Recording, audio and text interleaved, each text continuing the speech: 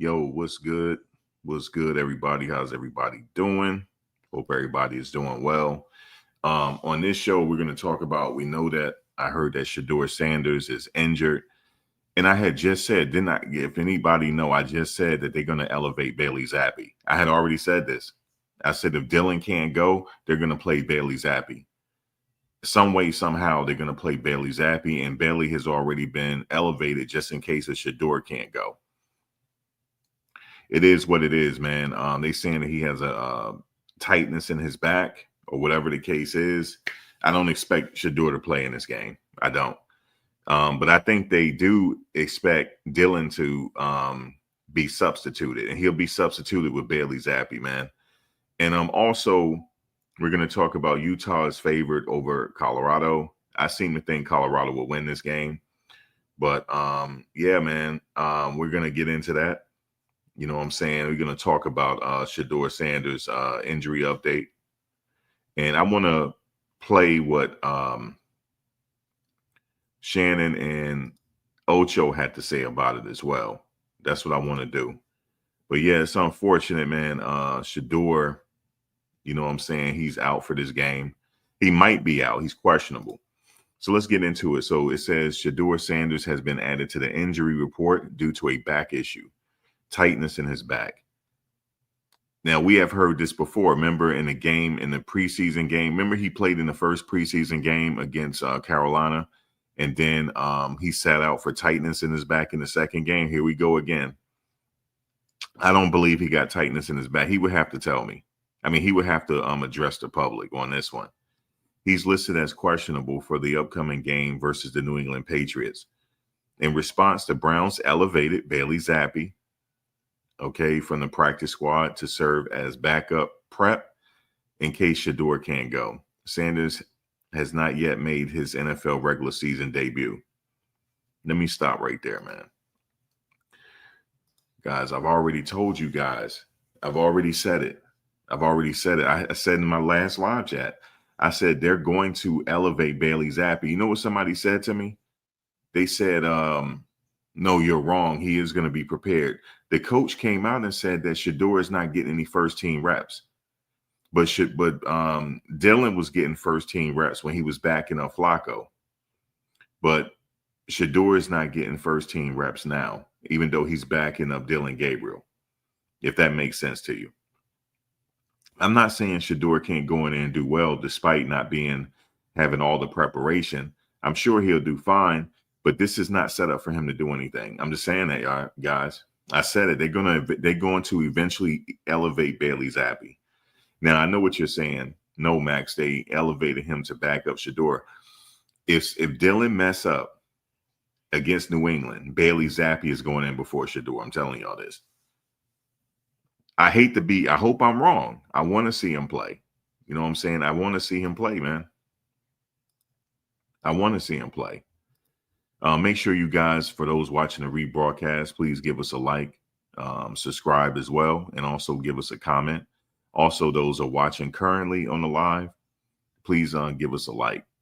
That'll be greatly appreciated, and subscribe. Thank you very much. So, context and implications.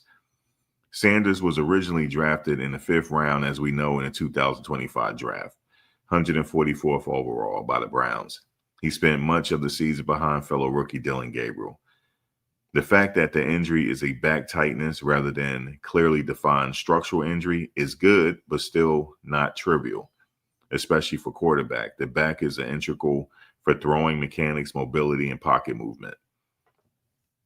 The timing is notable. The injury addition comes ahead of the game in which the depth at quarterback is relevant, and the Browns are proactively elevating Zappe, which suggests they are preparing for a possibility Sanders might miss or be limited. So that's what I'm saying right there, man. If inactive, Bailey Zappe will get the reps. And I guarantee you he's getting first-team reps right now. Man, this is crazy. You know what I'm saying? It is what it is, man. And like I said, for me, I know people say, oh, it ain't the coach. He should, man, if you if you supporting Shedeur, man, the hell with all these people, man. The hell with the coach and everybody else, man. That's just how I'm on it. That's what type of time I'm on right now. That's exactly what type of time I'm on, man. Screw everybody else, man. Like they are not treating this guy fair, man. And I'm not trying to give nobody the benefit of the doubt at this point. I'm not trying to do it. Okay? I'm not trying to give Coach Stefanski the bet because I think he is enjoying this. Like I had said before, Coach Stefanski is enjoying this right here. He's enjoying it. That's how I feel about it. He's enjoying this right here.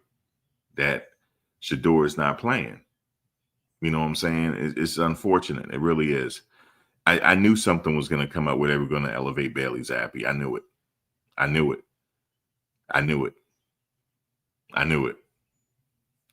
I had said it. I said they're going to elevate Bailey Zappe before they play Shedeur. Here we go. Now, I know, like I said, people are saying, well, no, Max, it's still a possibility he's going to play. Not with Kevin Stefanski. I'm just telling y'all this. We ain't going to see him play this year, man. We'll see Bailey Zappe first. We'll definitely see Bailey Zappe first, man. Let's see what the fellas got to say about this right here. The professionals. Hey, What's up? How you doing? Nah, he good. He good now. What's up? You was housing that thing this week. Well, you been housing it since you got back, but you was really housing that thing. You house call. Bought it. Seriously. I'm out. Hey, I had Bama. NIL, so I end up there. And I think for myself, just in college, ain't taking off when I land. Man, that's what's up. Sir. You're from Ohio, No, I'm right? from Alabama. I'm from Montgomery. Oh, you from That whole now. Oh, let me give some context to this real quick. Quinnshon Judkins. Quinnshon Judkins is interviewing with Shannon Sharp and Ocho right now. And the video is titled, Running Back Quinnshon Judkins exposes the truth about Shedeur. Yards, man, just getting the final touchdown, going through so much, a slow start to the beginning of the season, and just everything taking off when I landed. Man, that's what's up. Yes, sir. You're from Ohio, No, I'm right? from Alabama. I'm from Montgomery. Oh, you from? Yeah. Oh, man, how did let you get out of? How did you get way to Ohio State from Bama? NIL. Hey, that's the way to keep it. That's the way to keep it stacked. But seriously, man, I think for myself, just in college, man, I ended up going to Ole Miss for 2 years. I played there in the SEC. Had a lot of success, and then my last year of college, for my junior year, I was like, man, I want to go somewhere I can compete for a national championship. So I ended up at Ohio State. I felt like that was a great situation.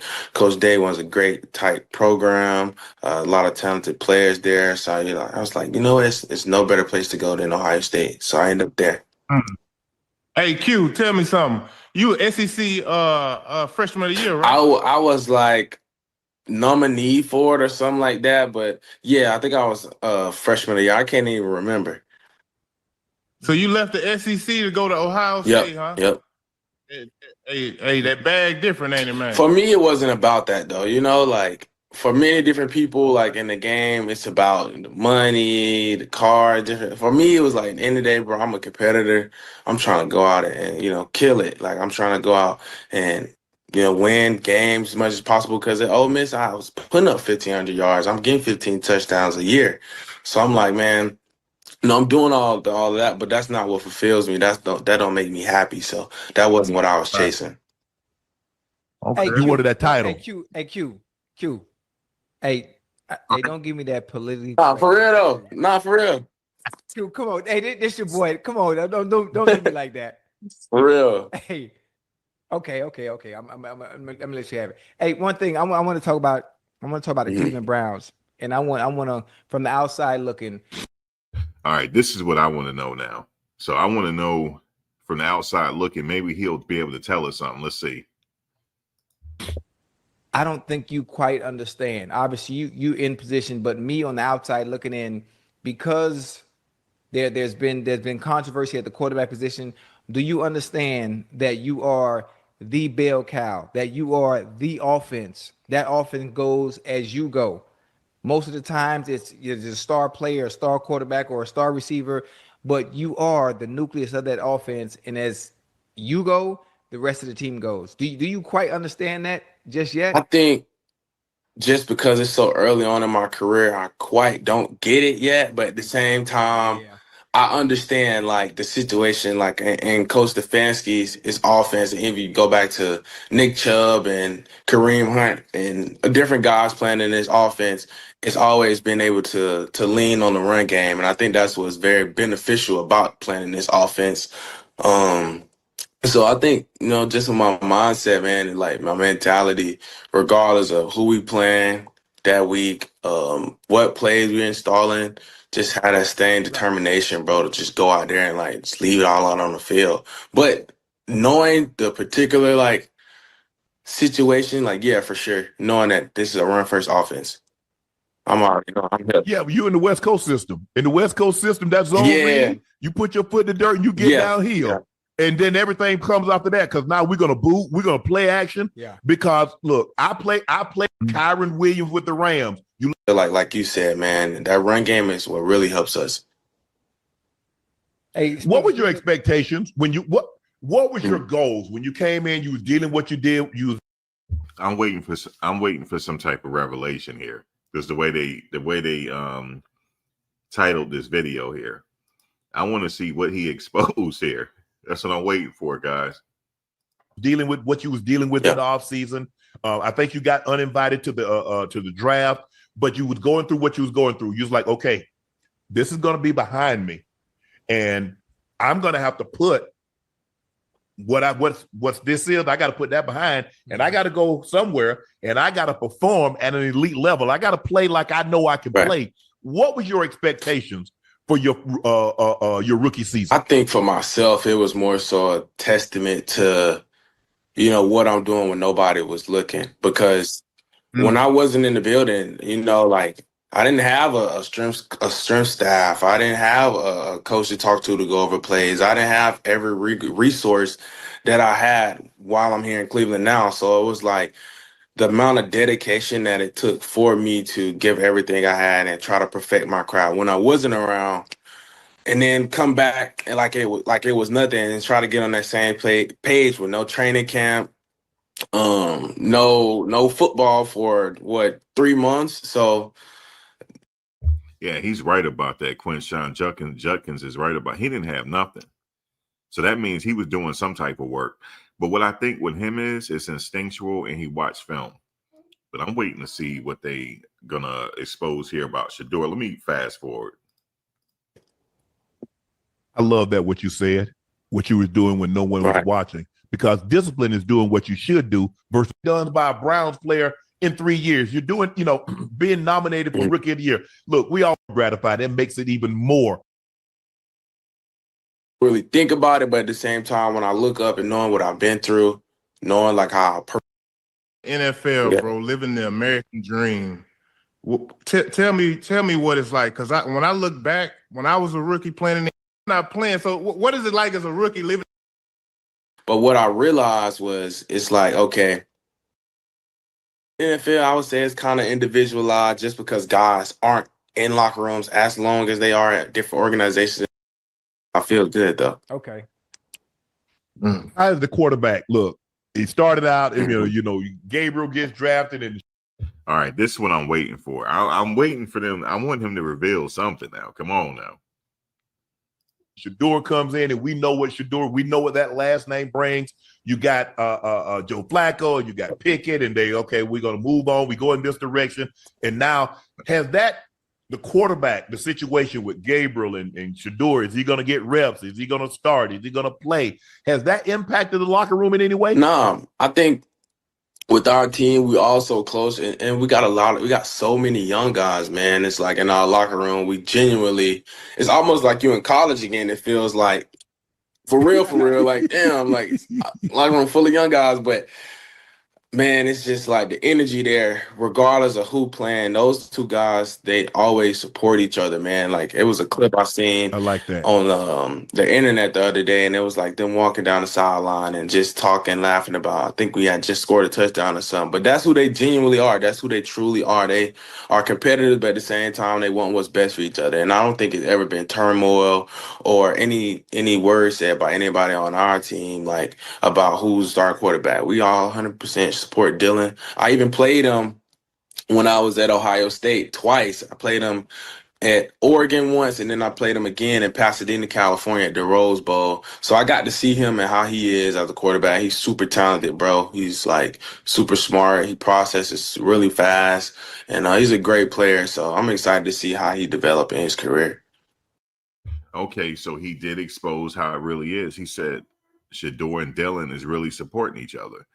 So that's what Quinnshon Judkins is saying. I submit to that, but I don't submit to what the Browns is doing to Shedeur, though. I don't. I really don't, man. But shout out to Quinnshon Judkins. That's amazing. Man, Q, thanks for stopping by. Thanks for All right, man. Yeah, shout out to Quinnshon Judkins on that note. Yeah, so as it stands right now, Shedeur is day-to-day.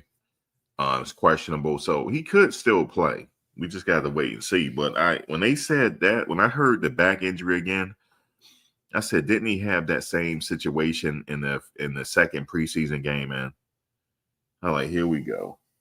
But anyway, that's for Shedeur, and like I said, I'm pro Shedeur. Like, I'm not trying to be negative here, but I think real people know they know what I'm about here, man. At this point, let's get on into.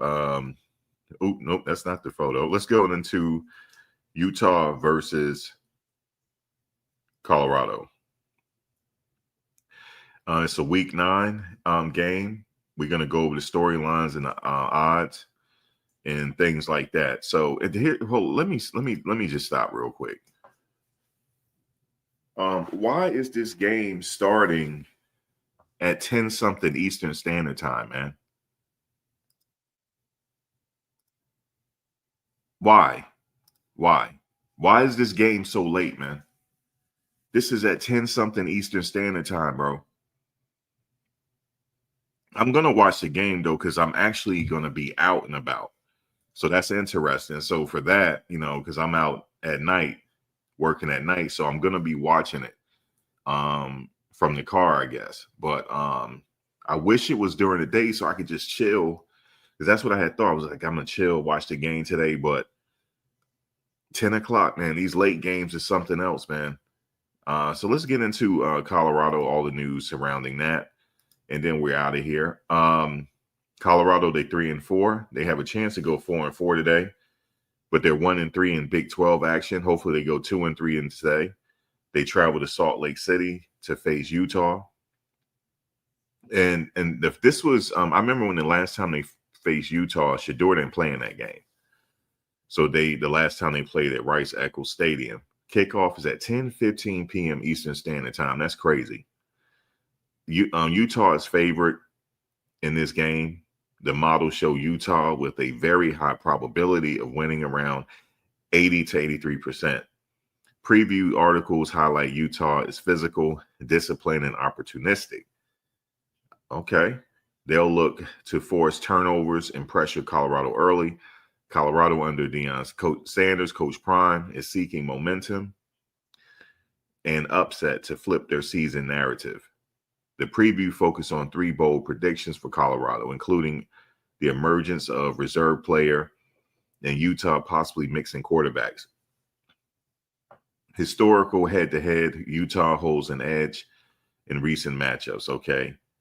Now, according to the source, the spread, Utah is negative 13.5 minus 110, and the over and under is 49.5 points. Another report shows Utah favored by negative 14.5.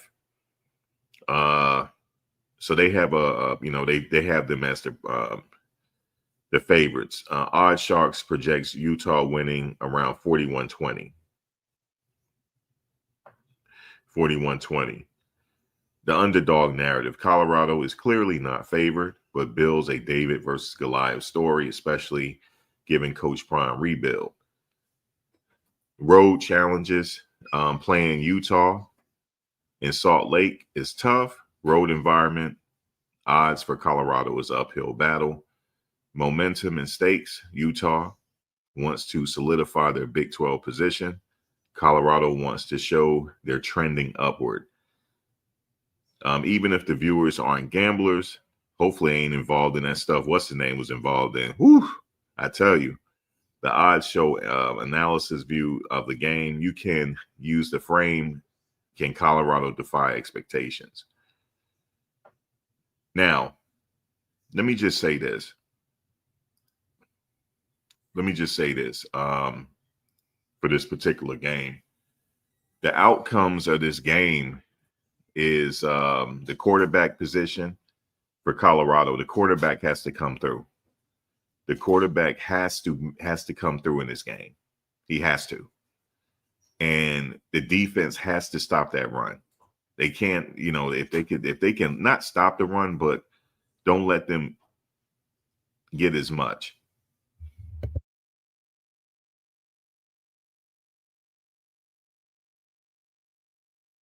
Don't let them get as many run yardages.